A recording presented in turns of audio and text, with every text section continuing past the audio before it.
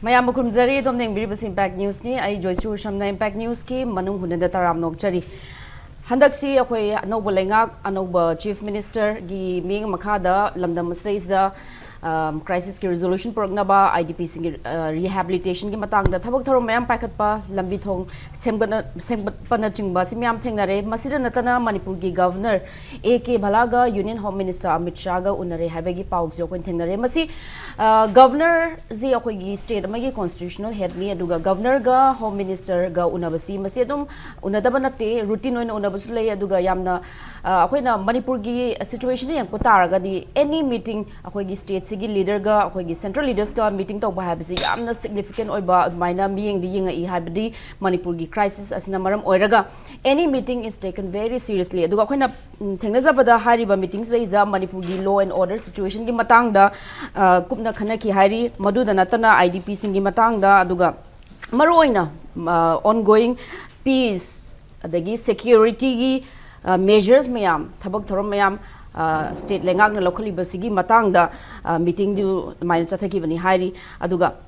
masina takpadi center gi miengje Manipur da adum leire habegi medium chawna tare duga handak ikoi dana Manipuri film bungna international platform da BAFTA award phangaga maina international recognition akhoi gi Manipur gi matangda global da maina highlight tawgiba su Manipur je limelight leiri bani aduga haiba kano director gi mai acceptance speech da Manipur gi matang da palak matam da adu clipping bawa amka BAFTA na amka lokthok pa adagi delete orga amka hapak pa with a disclaimer ama yaurga aduna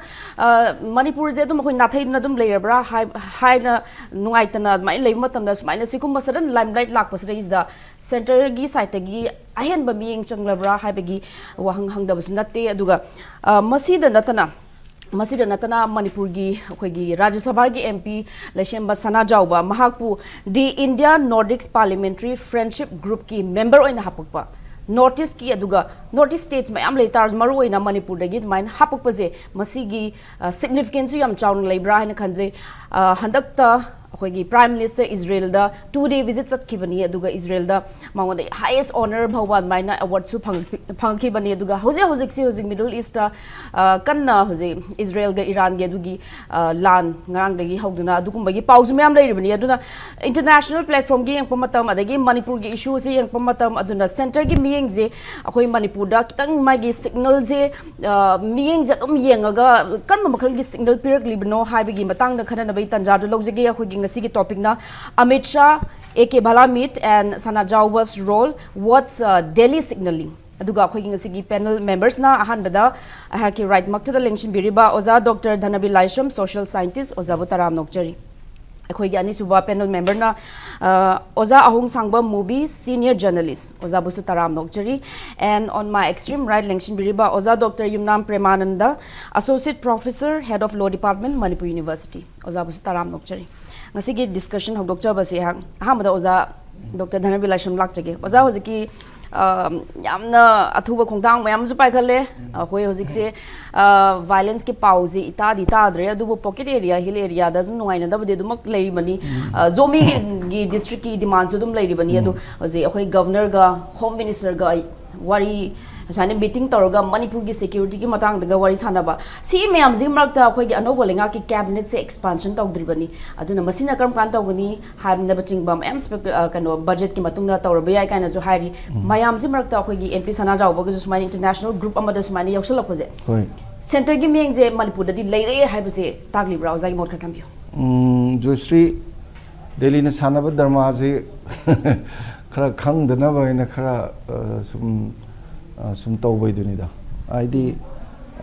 what I'm telling this in the sense that ko akoina khara sum study torgo yeng seba governor unabasi hogiba January gi tang humda home minister ga yamse unai ko unabadu da moi semgat sagat pagi IDP jingi resettlement gi even committee ga sem dana khotna peace ki kai yam thina wari sanina dujo Minini Mularga DGP, Hoi Chief Secretary, Musanadana. They had the Musanai never call. Yes. Sanabuzida, Sagi, Quina, Yengdorizi, Sigi, Manipuri, Damakta, Mayam Nozi Panarisina, governor saluridu minister jingi portfolio pi ne na khore na bagi wari sana bagi mong maleba adu asingmudi khangde ko officially di phongdok lei de media reports di leite adumai de hainei ba ko adu kyam chumdu no chumui no ju khangde maramdi akhoi oja ju Premananda ju lengsile article 154 da governor jina CM amasung magi council minister galoina na concerned officials in the senior ga akhoi CM lei leina manung da tumina le bangak pa yabagi ayabaji article 154 da leiba ojana horin khare seng na hajaksano adegi 355 de ju union gi duty ji state ta pura thammineba aduna security advisor ga unified command ga ji maroina moina ga pai ji ju 355 ki manungda maneba kari noida Assam gumba adegi Jammu and Kashmir gumba Manipur gumba dedi maroina paramilitary adegi di army adekoi gi state police pulap sina kadorina sigi coordinate to yaba ama hapadune ba khoina unified command aise ado CM do loi pinai ko hai sin sida ado sai ke da lepak tu na magi state police na sina ga di pidra jaba ado paramilitary ga adegi di army ga adegi di state police ga punna sina ta di unified command le to ya deba aduna Jammu and Kashmir ne Assam ne Manipur ne study semester ne am paine ba ada khoi da di hujik su pai driba male khali ko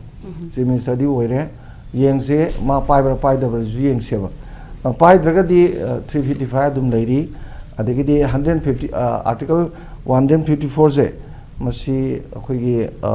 governor na CM kari ka myam sinaraga CM gi maming da adegi di council minister gi maming da Delhi na lebanga pagi mong ji sum tobra habadu ju khoi yam mamuta na di khara khangani thamjaning is sida hoigi santi gi pot khanara puse sida moi peace ki dikhara khanare ba peace ki di governor hoi ke hoi su am toi khanare adegi di chu dele ba mi ju khanare adegi di moi gi MLA ha na hoje akhoi ga punna khotana thabak tawba horei ba jing ji su khanare rounds di moi ahum re phangre Delhi ga ko kari wari sanai de khoi khangde natra openly disclose to deba ji ju mayam gi speculation da khoi gi national channel da kai da discussion da di 371 sees da target to bui mong dong leiba haibadi Nagaland gi ju magi frontier Nagaland territorial authority same ji khoi gi moi 371A da neba 371A udi am powerful ni parliament kai muk tongam de aduga khoi 371 se sees dam soli parliament am khutin jam ju ngami karigumba state ka farak tanaraga di governor na ju aroiba decision pibagi power ju yawi ko kana na khangni hojiki lariba 371 c du da atai ayamba ji loina ba hilia committee da autonomous district council da piraga financial autonomy ji pidabne ada financial autonomy ji pige na hainaraga yanaram ba ju kana na khangni adugi chaw achobu khudam thajaba ya pot me am tholai ji matam kharagi mamangda chingi khangai singna budget tongana thamgadawni haibagi demand legi leitra adegi hoji jomi district ama semge ga hairisi separate mission adu dana tabada autonomous district council da autonomy maximum piraga mai toraga di moiju district ama lehoba phagadraga haibagi mong dune ba lagnari se ko aduna simya ngi yengoraga santrigi wari sanabaduju 371 c gi maximum autonomy da financial autonomy yawbra ada financial autonomy ju lurise Delhi dagi direct moida governor kuthang da mu sinaraga di adu di separate mission ga samana yam ko ada akhoi state ki oina di state ki financial keno leri dena ko commission leri dena state finance commission leri adegi di even state planning commission leri adegi assembly leri moisigi through the neba akhoi ADC oiro hilera committee oiro 371 c hana leri mise ada hojiki financial autonomy du piraga direct samnaraga di problem amu weba ada si mayam jingsi governor gi report si Delhi da every day pi ne akhoi kaim khang de kari kai pi no ju adu de khamam ju thokte RTI thar ju pi roi ko ada hoji governor ga wari sanaba da akhoi na panari na portfolio pira kadra panabani portfolio pira pagi mahutta sigumba mayam ji wari sanara magadi hanagi chief minister duga hojiki chief minister jiga ikhen khena dabai mongju laktoi ne ba ꯑꯗꯣ ꯍꯥꯟꯅꯒꯤꯗꯨꯅ power ꯈꯔ ꯌꯥꯎꯔꯒ ꯍꯟꯗꯛꯀꯤꯁꯤꯅ ꯑꯃꯨꯛ ꯏꯌꯥꯎ ꯌꯥꯎꯗꯕꯒꯤ ꯃꯑꯣꯡꯗ ꯑꯃꯨꯛ ꯂꯥꯛꯑꯒꯗꯤ ꯃꯤꯌꯥꯝꯅ ꯑꯁꯥ ꯆꯥꯎꯅ ꯇꯧꯅꯔꯤꯕ ꯄꯣꯠꯁꯤ ꯈꯔꯁꯨ ꯀꯥꯏꯗꯅ ꯑꯗ ꯑꯩꯈꯣꯏꯅ ꯁꯤ ꯀꯔꯤꯒꯤ ꯍꯥꯏꯔꯤꯅꯣ ꯍꯥꯏꯔ ꯀꯥꯟꯗꯗꯤ ꯃꯔꯨꯑꯣꯏꯅ ꯊꯝꯖꯅꯤꯡꯉꯤꯁꯦ ꯖꯣꯏꯁ꯭ꯔꯤ ꯑꯩꯈꯣꯏꯒꯤꯁꯦ ꯆꯍꯤ 5 ꯅꯠꯇꯦ ꯄꯥꯏꯗꯣꯏꯁꯦ ꯆꯍꯤ 5 ꯄꯥꯏꯒꯗꯕ ꯑꯣꯏꯔꯒꯗꯤ ꯑꯇꯣꯞꯄ ꯁ꯭ꯇꯦꯠꯁꯤꯡꯗ ꯄꯣꯔꯠꯐꯣꯂꯤꯑꯣꯁꯦ ꯄꯤꯕꯗ ꯅꯨꯃꯤꯠ 10 10 30 90 50 ꯆꯪꯕ ꯑꯗꯨꯝ ꯌꯥꯎꯋꯤ ꯀꯩꯁꯨ ꯀꯥꯏꯗꯦꯕ ꯑꯩꯈꯣꯏꯒꯤꯁꯤꯗꯤ ꯆꯍꯤ ꯐꯥꯗꯕ ꯄꯣꯠ ꯑꯃꯅꯦꯕ ꯑꯗꯨ ꯑꯣꯏꯔꯗꯤ ꯁꯤꯗꯤ ꯑꯉꯛꯄꯗ ꯊꯨꯅ ꯇꯧꯒꯗꯧꯅꯦꯕ ꯉꯔꯥꯡ ꯋꯥꯁꯛ ꯂꯧꯔꯦ ꯉꯁꯤꯒꯁꯦ ꯄꯣꯔꯠꯐꯣꯂꯤꯑꯣ ꯌꯦꯟꯊꯣꯛꯀꯗꯧꯅꯦꯕ ꯋꯥꯔꯤꯕꯣꯕ ꯑꯗꯣ ꯑꯩꯈꯣꯏꯁꯤ ꯅꯨꯃꯤꯠ 10 ꯍꯦꯜꯂꯛꯑꯦ ꯑꯗꯒꯤꯗꯤ ꯕꯖꯦꯠꯁꯤꯁꯨ ꯄꯣꯔꯠꯐꯣꯂꯤꯑꯣ ꯄꯤꯗꯅ ꯕꯖꯦꯠ ꯐꯝꯗꯧ ꯃꯥꯜꯂꯦ ꯃꯔꯝꯗꯤ ꯃꯥꯔꯆꯀꯤ ꯇꯥꯡ 10 मापन 10 ꯁ꯭ꯋꯥꯏ ꯐꯝꯅꯦꯅ ꯍꯥꯏꯔꯤꯁꯦ ꯑꯣꯖꯥ ꯍꯧꯖꯤꯛꯀꯤ ꯁꯦꯟꯇꯔꯒꯤ ꯃꯤꯠꯌꯦꯡ ꯃꯈꯥꯗ ꯑꯣꯔ ꯍꯧꯖꯤꯛꯀꯤ ꯄꯥꯜꯂꯤꯕ ꯂꯩꯉꯥꯛꯁꯤꯒꯤ ꯋꯥꯈꯜꯗ ꯍꯧꯖꯤꯛ ꯃꯇꯝꯁꯤ ꯌꯥꯝ ꯇꯦꯜꯂꯕꯅꯤꯅ ꯄꯣꯔꯠꯐꯣꯂꯤꯑꯣ ꯌꯦꯟꯊꯣꯛ ꯌꯦꯟꯁꯤꯟ ꯇꯧꯕꯒꯤ ꯃꯍꯨꯠꯇ ꯍꯥꯏꯗꯤ ꯀꯣꯟꯁꯇꯤꯇ꯭ꯌꯨꯁꯟꯒꯤ ꯃꯈꯥꯗ ꯑꯗꯨꯝ ꯃꯤꯅꯤꯁꯇꯔ ꯐꯨꯜ ꯂꯩꯇꯕ ꯌꯥꯗꯦ ꯍꯥꯏꯕꯗꯤ ꯃꯛꯇꯤ ꯂꯩꯇꯕꯅꯤꯅ ꯃꯥꯏ ꯇꯥꯏꯝꯂꯥꯏꯟꯗꯣ ꯑꯀꯛꯅꯕ ꯂꯩꯇꯕꯅꯤꯅ ꯑꯗꯨꯝ ꯃꯔꯨ ꯑꯣꯏꯕꯗ ꯈꯤꯇꯪ ꯂꯣꯏꯅ ꯐꯣꯀꯁ ꯇꯧꯔꯁꯤ ꯀꯥꯏꯅ ꯇꯧꯕ ꯑꯗꯨꯁꯨ ꯌꯥꯏ ꯑꯗꯨꯁꯨ ꯅꯣꯇꯤꯐꯤꯀꯦꯁꯟꯗꯤ ꯊꯣꯛꯀꯅꯤꯗꯅ ꯍꯥꯏꯗꯤ ꯀꯔꯤꯅꯣ ꯆꯤꯐ ꯃꯤꯅꯤꯁꯇꯔꯅ ꯂꯣꯏ ꯇꯧꯕ ꯌꯥꯔꯁꯨ ꯑꯗꯨ ꯌꯥꯕꯒꯤꯗꯣ ꯑꯃ ꯊꯣꯛꯀꯗꯧꯅꯦꯕ ꯑꯩꯈꯣꯏ ꯑꯗꯨ ꯊꯣꯛꯄꯒꯤꯁꯨ ꯀꯔꯤꯝ ꯎꯗ꯭ꯔꯤ ꯑꯗꯨꯅ ꯍꯧꯖꯤꯛꯁꯦ ꯀꯔꯤꯃꯨꯛ ꯇꯧꯗ꯭ꯔꯤ ꯍꯥꯏꯇꯥꯔꯦ ꯏꯁꯝ ꯁꯝꯅ ꯑꯗ ꯒꯚꯔꯅꯔ ꯆꯠꯂꯤꯁꯤꯗ ꯍꯧꯖꯤꯛꯀꯤ ꯑꯩꯈꯣꯏꯅ ꯃꯌꯥꯝꯅ ꯄꯥꯅꯔꯤꯕ ꯄꯣꯠꯇꯨꯗ ꯌꯥꯝ ꯄꯣꯖꯤꯇꯤቭ ꯑꯣꯏꯕ ꯃꯑꯣꯡꯗ ꯂꯥꯛꯑꯗꯤ ꯑꯩꯈꯣꯏꯒꯤ ꯂꯥꯏꯕꯛ ꯌꯥꯝ ꯐꯔꯦ ꯋꯦꯜ ꯑꯦꯟ ꯒꯨꯗ ꯀꯣ ꯑꯗꯨ ꯅꯠꯇꯅ ꯑꯃꯨꯛ ꯅꯝꯁꯤꯜꯂꯒ ꯂꯩꯈ꯭ꯔꯗꯤ ꯒꯚꯔꯅꯔꯅ ꯆꯠꯂꯤꯁꯤꯗ ꯑꯩꯈꯣꯏꯅ ꯈꯪꯗꯕ ꯃꯌꯥꯝ ꯑꯃ ꯃꯅꯨꯡꯗ ꯎꯅꯕ꯭ꯔꯥ ꯑꯗꯒꯤ ꯋꯥꯔꯤ ꯁꯥꯟꯅꯕ꯭ꯔꯥ ꯍꯥꯏꯕꯒꯤ ꯋꯥꯍꯪꯁꯨ ꯌꯥꯝ ꯆꯥꯎꯅ ꯂꯩꯌꯦꯅ ꯑꯗꯨꯃꯥꯏꯅ ꯊꯝꯖꯒꯦ Thank you so much, Oza. Mathangi wahang asi ha Oza Dr. Premananda lakchage. Oza hojiki Union Home Minister Amit Shah ga hoi Governor AK Bhalla ga unakri security gi matang da wari myam sanagre center gi miyeng changbagi mamiji yam chawna ure aduga khoi gi hojiki Manipur gi MP Laishram Sanajaoba'S hojiki India Nordics Parliamentary Friendship Group ki adugi member oina hapakpa aduna mayam jina Delhi na signal tawning base kari oiba jano ozagi miyeng da haibadi North East da Manipur da yamna miyeng thamli akhoi lem yengzali haibadu takningi bra natraga Manipur je hojik center gi khutta dum lairi haibase takningi bra adu natraga Manipur gi political situation political leaders sing je kitang moida prominent oiba sikumba role je assign tawba taragadi kitang appease tawba yagani haibagi miyeng thamlagli bra natraga Manipur je nathai de habadu uding libra ozai mot ka thambi hojiki se oza Dhanabir budi fajana thambigre ko yes sum aina sum khara hapto haptu habjani da lu gi khara yaw thesan me wari ne ba oza na loina di sukhrabani ada hojiki do oza gi parliamentary kaino du isam chambani da yam lu lobi gonu da sigi je moi hai si Nordic countries parliamentary friendship group ai se group mayam semi sida na te semi se group mayam semi masi khoi gi Honorable Speaker Lok Sabha gi Om Birla na semi ni mama idu semgi India se mama idu ari basu lei ko function tawkidaba ana masi phai masi da phoponi diplomatic channel tawraga India gi trade ki adagi global expansion leidna dialogue adi bilateral relation mayam si foreign policy ki pot ka chi tar ka doine semu budi yam phoponi si exercise budi adu hujik tawri si de khoina lairikti yengbada yauri si masi gi hujiki Nordic countries parliamentary friendship group by Simas leader same me taran sadoi one leader attain a member at the Hogi Laishram Sanajaoba'S honorable MPC member of everyone my groups leader city Bobne Shore Katila oil neighbor Kalita Sina oil duga my member mapan lebewa she's fine to group amatanati group am semi aduda Kogi Nordic countries I sina Maru in Denmark ne Finland ne the Iceland ne Norway ne Sweden ne sineba aduga ngasai gi iskade ne beandru mo ihunga oiba moi khara chawthore aduga autonomous khoi moi region khara hai moina kari ge Faroe Island gain Greenland gai ko sum khara yausalaga mogi parliamentary moi council am le mo ari 1952 dai lai rabani 74 dam expansion toba moi di well established ni inter parliamentary cooperation kaino se group se adai du da changhel la ka doina sidi aduda khoi MP na kayam contribute tawdoino that khoi wait and watch tower se ko yengasi aduga afa MP am yaurida sasi tharo sidi kaino ne irrespective party leite leiba humbu 60 countries ne more than 60 country engage tawdoine ba ko maruina Manipur dagi mana Manipur gi MP bud ma hapok baje kan khoi gi egg is India policy adum thodo leite kam sidi kaino ne moi engage to is 700 MPs ni 700 Lok Sabha yaudaba leite hida सिगी country हुंबुगी सेम तरा तरा सेमनेबा तरा तरा group से याउदब MP the लेहौद्रे अमनिगा याउंगद्रा 700 जी लोक सभा की 500 खदो पार सोंगे 200 खदो पार लोइनी याउसनग्रे लोक सभा राय सभागा अयाम लो याउरे मिनिस्टर गुम खर लहइबो वानेबको आइना खमदा सिदि अफब एक्सरसाइज ने दुगा मदुबंगना मणिपुर याना पुनिंग चंगे खोले हाइबगी खोइन इन्फ्लुएंस म लौबदु लानगनी दिस इज अखोगी पार्लियामेंटरी की तौद्यादबा अखोगी यूएन की कनो दगा चलिन UN security council general assembly का सिनबा इंटर पार्लियामेंटरी कनो दगा सु याउरी ना खोम्या मसी ट्रेनिंग मखलम नेबको अदुगा अनोब इंडिया की गसाई डायलॉग तौनबा फ्रेंडशिप कनो म सागनबा लेबा मैम से कोई प्राइम मिनिस्टर सु कोई चलिदना मैम से अनोब कनो ओलकनबा विकसित भारत सिदा विकसित पृथ्वी ओलकनबी वारी नेबको सिगी पोनी अदुगा याम कनबदु मणिपुर दा मायोल ओंजन इंपोर्टेंट पीबा अदाई इन्फ्लुएंस में लौबदी मतम ngali लौबा वखन से आई ऑब्जर्वेशन नि लाम अदुबु अखोगी कनो लेसे मसना जाव यावरक पसा सिदी अखोइना वेलकम तो याम फै मसी याम चथब चुमरिन खले अदो ngसाइगी गवर्नर उनबसी अइना सुम पाउदी फाउ नते मोगी पाउ संगी अमते यावरकते पखब ख यावसी governor उनरे हारगा details यावते बको अइना khaman सानरम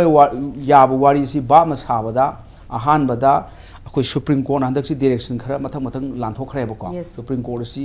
apex court ने मासी गार्जियन ऑफ द कॉन्स्टिट्यूशन ने अदुगा सुप्रीम कोर्ट हाइबसी लॉ ऑफ लैंड ने by virtue of article 141 of the constitution India अदुना अदुगी डायरेक्टिव टू अदुम खंदरमगनी इवन तोलोपीदा यावरेम सही ऑनरेम पीदबा कोई हापर इन्वेस्टिगेशन तौदुगी महाराष्ट्र की डीजीपी ओरमबदु तोलोपीदी हाइरी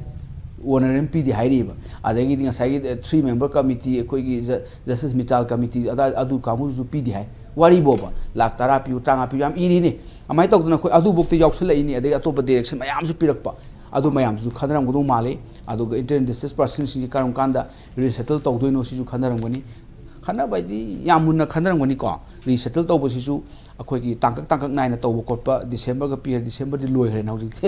फेब्रुवारी सु लोरे मार्च यम यावसंगी अंगांग सो थपब होरमी स्पोकी मैरा लौब होगलमने यामना था से दुम गिब याम लेबा हाइतारे अदुमसु चाखों खनरंगनी लॉ एंड ऑर्डर्स में फजन खनरंगनी लॉ एंड ऑर्डर्स अइना खंबदा अखोइसी प्रेसिडेंट रूल लेरंबा 356 लेबदगी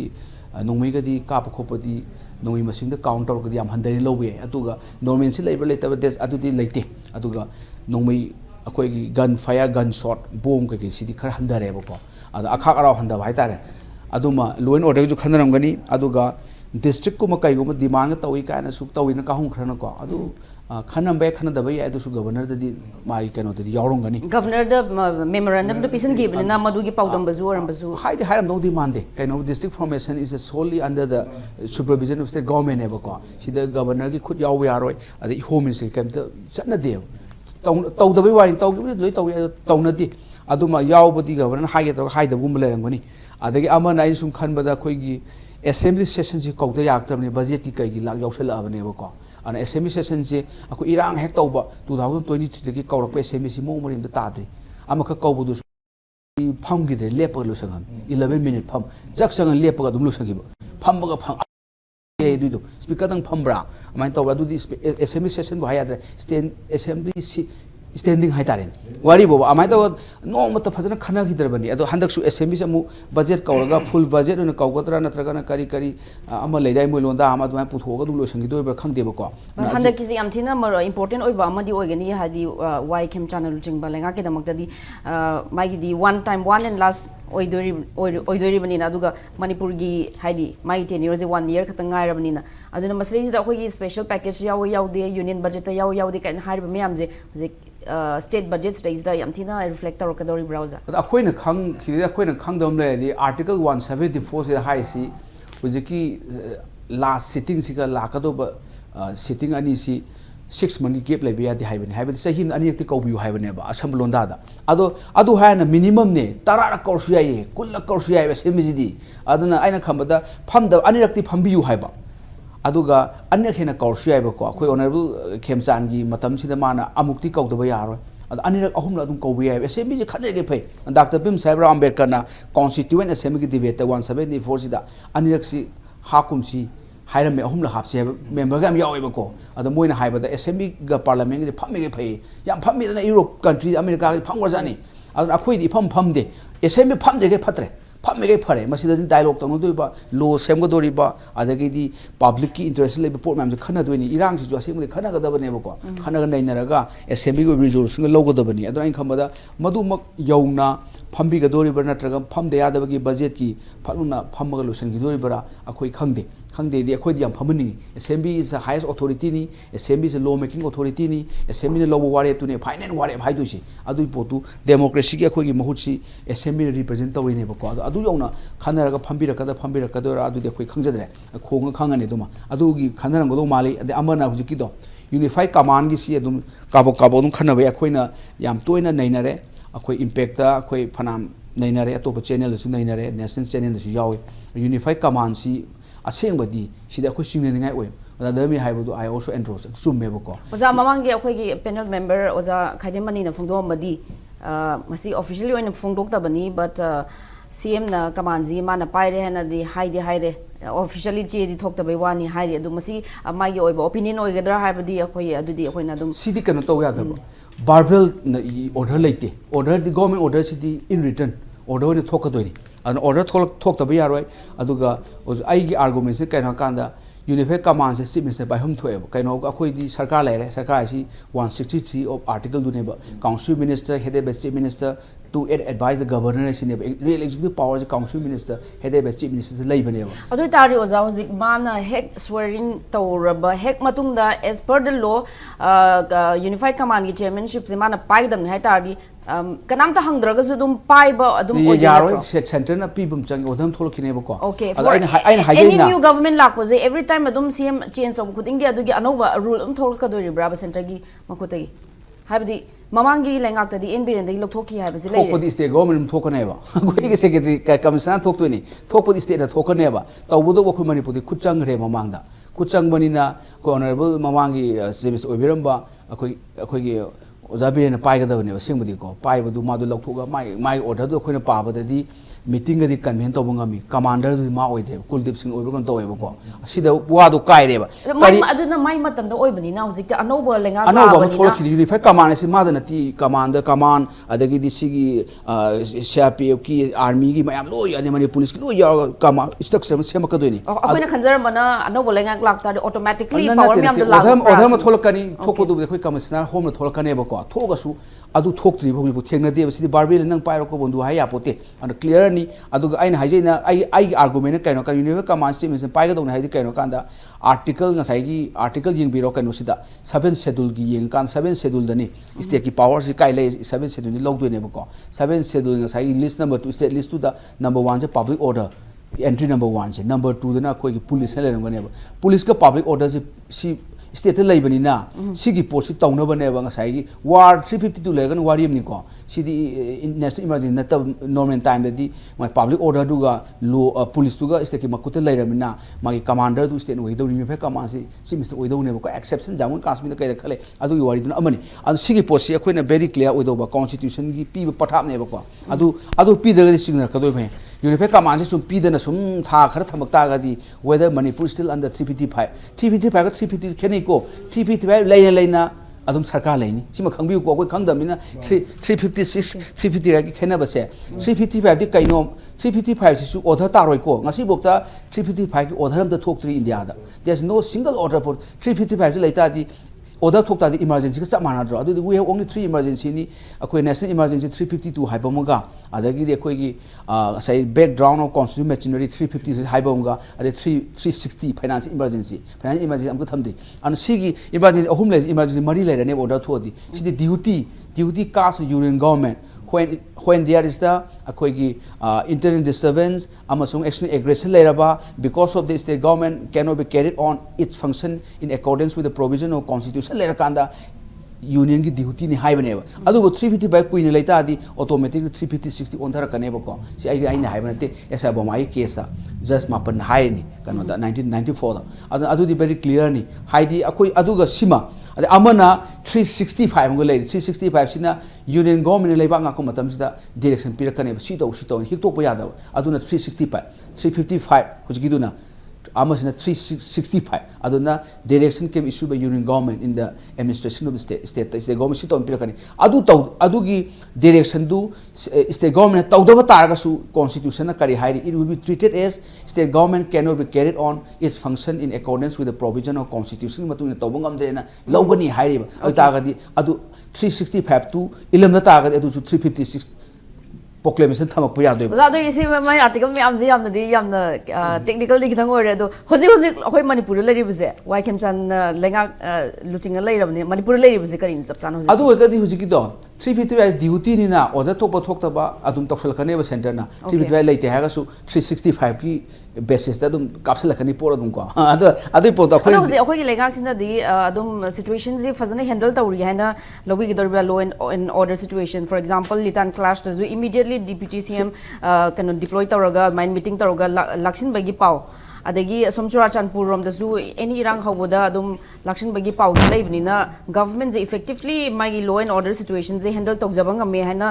center na lobby ga doribra adai du nen haise adai du da pot ama leire di hoji po da cabinet expansion tawdaba portfolio p allocate tawdaba se is doubt ama chingnabam leire di aseng badi constitution scheme ai du aina constitution khangdaga di india di phaktani haise India rule to do constitution khanguna to do neba India central government ga mukna bai di phataba na te ko yana friendly tam da mukna ga center ga state ka leina ga do mari je phata sathage hai ta ga di constitution pata nei na ba okhai ba nei khai am change ba amit nei bam changi constitution adu ne khoina article 164 ai 164 gi asai gi kanu clause number 1 do yeng biro ne 164 gi provision for other minister do adu number 1 da hai je kanu chief minister self appointed by governor adu n and lere other ministers shall be appointed by the governor on the advice of chief minister haiba and the minister hold the office during the pleasure of governor haiba ni sida ahum ni po yawi governor se dum yaw re ba ni makta te sida akoi na khangdom le sida khangda di bera la ani khangda di akoi ji nataba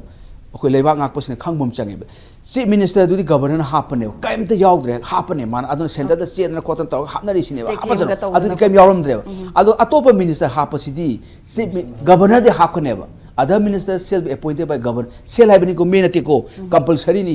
ye thok ya pote shall be appointed by governor on the advice of chief minister haireba chief minister advice ha ka chin to i repi doine I advise masi nupa chief minister hapo har governor na hapser again hap to ni kaimta masi ye ngai litre advice chief minister ne aina tawroi kanam tawroi home minister tawroi prime kanam advice nobody advice cannot be considered governor kaim khanaroi only finance this akoina law gi maronda prerogative power ka kanam ta later mangon da piba constitution piba right amaneba right and the duty ni sidi so that was CM ne advice tawga si happy o haiba targa zu governor na hapo ya de su ya so ngam adu di governor phaktarni governor lokthok pada lani court salani adu india da bad president hadan adu constitutional crisis tholani supreme court na direct khuting jalani supreme court su moto lokholane kaino tawju manipur mani mang tare constitution loiba tare aduna handokro na hairakane ba ko adu di soya da su ya da thabak ni aduna akoi gi chief minister na mana khatang sidi ai gi poni ai gi post mi ngon da pithok phatte ai gi se ai na tawbam change ba ai se yam pithora ga ai do ai woi do ne ai do nang wor ka do mi wor ka do ai no lai ga do se ai na pai do unify kama ai na pai do pipe tare do ma ai di ai na tiko ona chief minister na ade hojiki do hojiki atoba minister hapase this is the prerogative power of chief minister by virtue of article 164 clause 1 ye lu yam janti atoba amani moy khana si jo hapchen ai yani hapsarage this different man to go thabang na do ko mapan thok ba de mapan da di chief minister ha ko do ni advice da governor na karim ta akoi sai ma ya de si ma koina maru na khang ga tare ado governor hai si di niyom da di ma di kam to power lete pabiu khoi gi article 154 da hok do ni si ya ai phak to le si sai gi executive power of the state si vested on the governor haibane mana direct to mana ta subordinate officer hapa to haibane adu 154 si it should be read with 160 ga punna pane 160 da hai sina sai do count there self council minister headed by chief minister to aid and advise the governor hai governor thabam tawre governor to thabak sidi council minister chief minister head oi baduna si to and advice to adu governor to ni mon discretion center ki leite center ki president di no discretion laite magi di magi 72 article 72 ha kene si di discretion khare accept khare discretion laiba jaga hai discretion di si di laite my discretion hoi kanana si mr hapani hai gumba laina ko my discretion power khare piri adagi 371 si gi mata adai khare pi adai gi discretion nataba atai di governor is no option whatever advice given by council minister he should do adugi po ne ba ko ya laiba da khudam ha ba assembly ko bo se yeng अखोई council minister ना सिदा कौबियु ने date appear कने बको अदु governor ना यारे notice थोपै वारी ने बको मसिग समान केस पंजाब दा थोएब पंजाब की काउंसिल मिनिस्टर सिना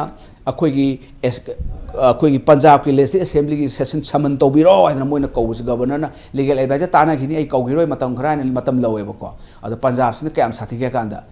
डायरेक्ट सुप्रीम कोर्ट लाए मोइना गवर्नर ना 170 पीबा काउंसिल मिनिस्टर ना एडवाइस तौबदु कौगदम माना कौबिद्रे है सुप्रीम कोर्ट गवर्नर दा चाहिए you are the constitution functionary है वंगा अतो फंक्शनरी बिग डिफरेंट अन नंगी फंक्शन इज कॉन्स्टिट्यूशन नि नना कॉन्स्टिट्यूशन ngak कनानो ngak तो जिबो गवर्नर ना वासक लौबदा 159 I will defend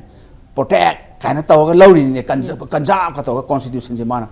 adu defend tawni protect tawni kanjab tawni constitution ni ha wasak lawri ni governor na samani president india so aduna constitution ni moina thugai roi ba su ko adu gi poni aduna ain khamma sidi portfolio yen thokta ba ade portfolio yen thokpu no ji thokna dai ta mina ha yang ko khangi ana sumano si yam changi ha ba hojik sida akoi gi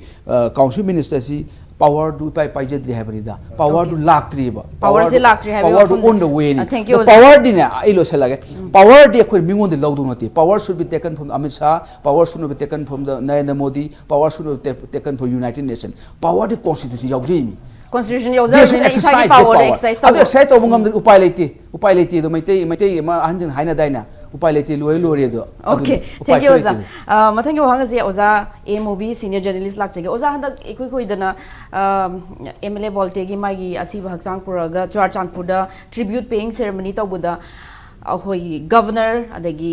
security advisor Kuldeep Singh Mabani di chatlaga maina tribute pi ki adude ahoi chief minister di chatki de aduna chief minister di chatki damnina ahoi gi Manipur gi sessions de is the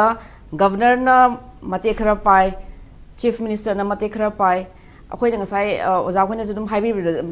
different administration de khaido khajin tawraga yana ba haina अखोई na masi afaba rom da yeng potaraga di administration je khitang hena convenient oina bai da makta dumaina langak pasing na tawrak libra or ground reality that ama tongan ba ama tarak pagi aduk magi mami leibna oigedoribra aduga governor ga Amit Shah ga unabaje masi adum routine meeting mai report pikhat pham thokpa adugi pikhat pagi meeting ni han logadoribra natraga governor gi khut chauna adum leiri center na Manipur zai yam chauna adum pairi habagi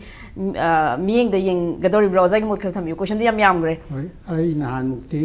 ai di hajaram ni example ko ji lei si honorable MLA dugi last ritual da yauro bu di anybody yawo ye yes governor na yawa the security advisor yawa DG yawa any MLA yawa lo yawa pon hatani adu di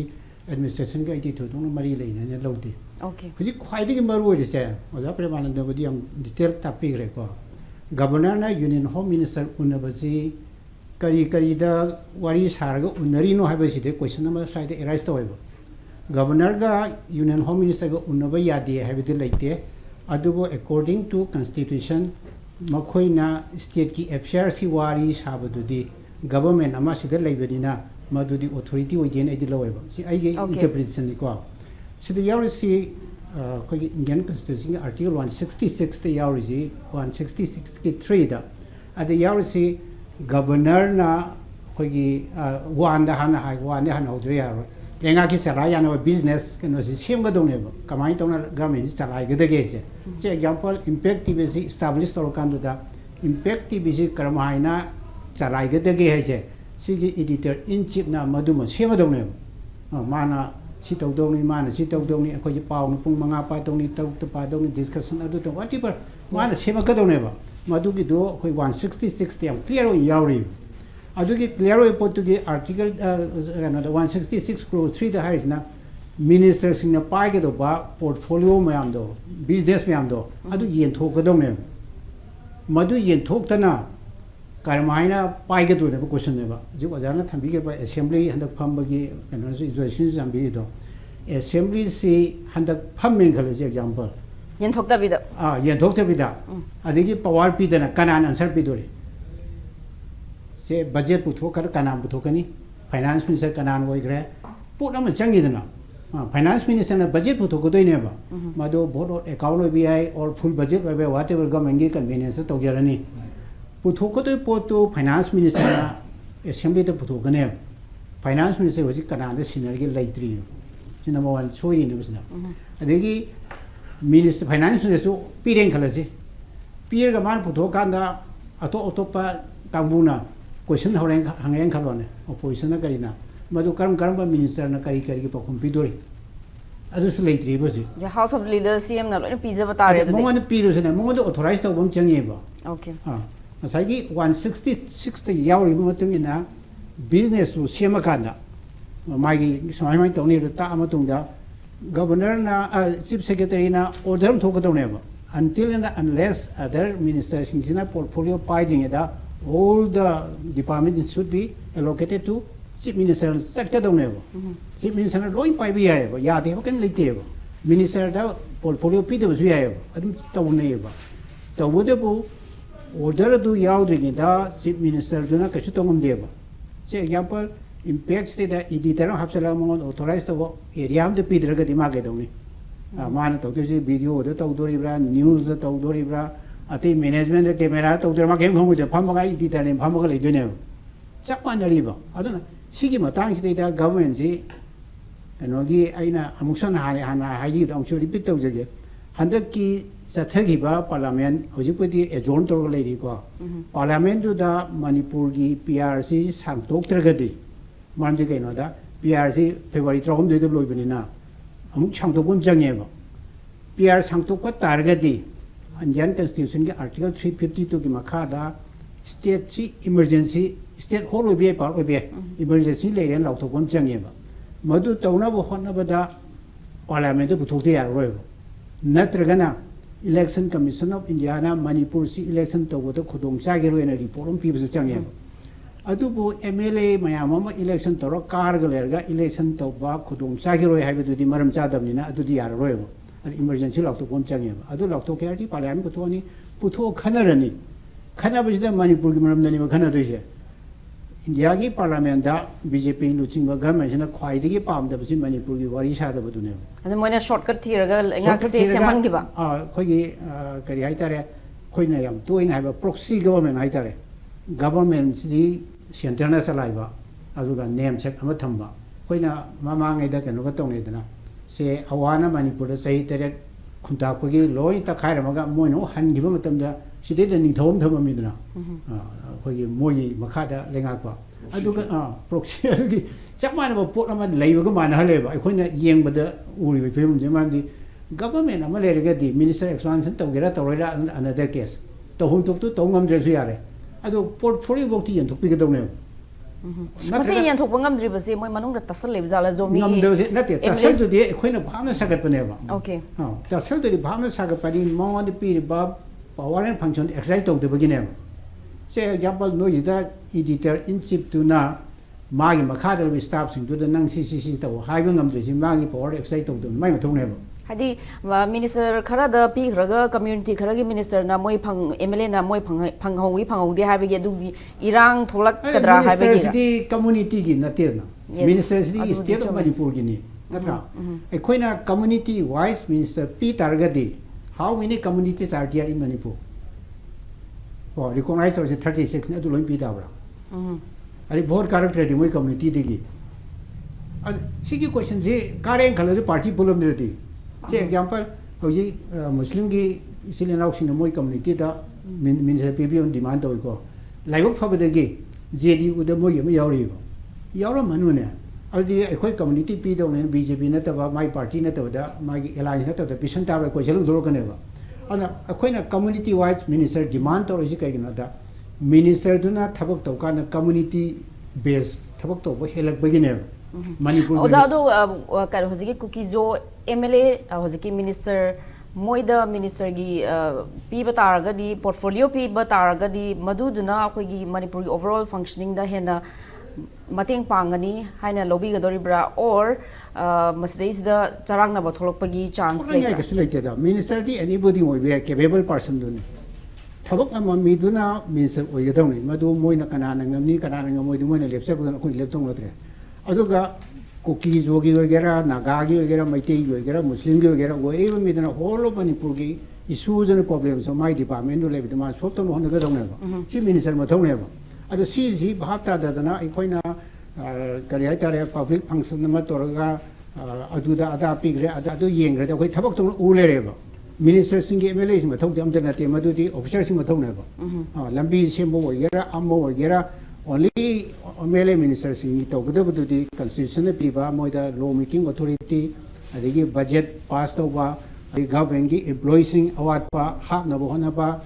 officer sing to ba thabo sing ju vice to gudun mo mathau di siga tani ate su pt constitution pi ji da was cabinet expand to du ki lambi pagi thawak mayam adagi thawak kaugani haibna chingba mayam sikma mayam di pipeline da lei base masi just kamai ni bibya ba discussion to da phajaba di kitang wa pa elections in next year tare assam gi elections ji kujujik 26 tare elections in gi da darkar lai ba mayam do sigi jigi keno tong na ba ai openly haibdi madu nuai tre ko aduga khoi employment gi tawre si apne khoi sai mi thau phang doi ne adugo government na half ko dongni employee mayam half ko di council mission half dong di observing half ko dong ne akhoi ni mission phai haibo ne ba se home department gi DG pai ri lady home secretary lady commissioner lady chief secretary moina home department gi half ke di moino notice to moi half se ko dong ne se IRB gi taw ger gana home department director ni adi police ki taw ger gana DGP director ani adigi ato ba how cares my department to department to do the minister na to go na te minister di only other people that ma na to gam lete ba akoi minister da direct eta to no bagi satna bi mo le bi ona te ne ba satna bi du gi ne ba akoi minister hai je minister idi power gam le jan te ba se tripura gi niten chakrabati hai ba ni jang ni ma panchayat minister ni panchayat minister mana koi gi job card gi sinmi ama bo thabuk sun ngam de ma di rural development ji mai gi Panchayati Raj Institute mayam na loi shakti pai ni na ai khoi gi loi nok si MLA mission paishan me na hojik su mayam ngang si di autonomous district council ji function to de election book do de panchayat election di tau gani ha bai thaja badi pirame do to high court na tari ne within 6 months to ro na ji tha khara ho hojik election ma min ta de ba panchayat fully shakti sinar ba autonomous district council da fully shakti sinar ba adigi khoi shaida le riba khoi gi keno sing je municipal corporation sing nagar panchayat sing mayam ji sakti pura sinar ga di MLA minister sing thab am de leite dong to re moi nga sai primary duty hai tare ko primary duty du ka la ga thau ha prom da moi gi ma thau le be dong na adigi po je ma moi ma thau le be dong u re ba se khoi na hai bo de personal ni mi nam nungai te la ni honorable minister na adu taw ni ha bia de ba ma gi keno ne ba government gi policy manung chen ja ga dong ne ba अरे होजी की लंबी से मैं कहीं तो मैं हमसे दी government की हाना दिखी लाख रहा कनो हाथ ने बा ongoing project आते ने बा ओके कुमसी की नती मामांगी ले वो आते ने बा अदु की पोत कोई ना अनो गवर्नमेंट चैनल लंबी दे सेमा ने ना सातो वो लान ने बा मान दे केनो दा लंबी सी होजी कन्ना तो नरी से हम सेमी बा कोई के सीमेंट कंक्रीट की लंबी से सी हाना दिखी प्रोजेक्ट और का DPR का था हाना लोई ले रहा ने बसे दी थबक होजी दे पैकला कोई वाने बा सी छु कनो ने yam strategic way ba matam da pakai ba phade bo yani nga na tawjer gi hamni department na honorable MLA kharana manatraga mayam na mai gi interest da election naksal laga tawning bodi delay tor puna ayam ne adur gi posting joi koina yam kan hai ba ju nungai ba poti oida ba ade to har ba hoji concrete ki lambi sing je matam chan khar thuna loisan bi di phani ha di hoji gari thau da yam na khudong cha da ba nungai da ba ma di oi republic na sem ma di am thuye ba ai handak lambi khara madu sembam da ina working chap da theng na da moi gi dai tare worker sing hai tare go management worker yaw hing da hang kamai to ge na moi nungdang dang sui hai nungdang da 150 meters kum ba thab ngam hai ba okay adu ga di nungal ga cycle dum thobu yare ba kang graba dum phajana ta kang ye ba heavy load pu di khat tab thai ko aduna within days kilometer ama ani sidi ta loy ba aru ga laibak thi di si nya na hatak ta lau thokki ba lambi gi mapan khoi gi wangkhal idna makha du yam khunung thini ai ba madu yaw na sem na ba ya na gi du ji sem ta lambi si am dai ri ba ana lambi sem ba adu to ba da to ba chakhat thorang adu da me am du di ana ba gamen lama sem ai ha bi gi na te ha ni gi program policy ha ga ni ano government ji hoji function ai di tawai lodri mandi kana mathwai haptri ko ye murti bhajan sar ga rang de chalaga ko na lai khum badona thambagi bani